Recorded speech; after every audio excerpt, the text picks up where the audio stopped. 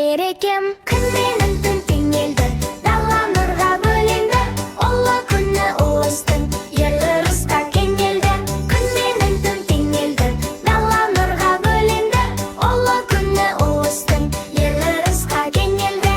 Мейіріммен астасқан, ізгілікпен достасқан, ән шалқытып күй тартып, наурызда ел бас қосқан. Күн менен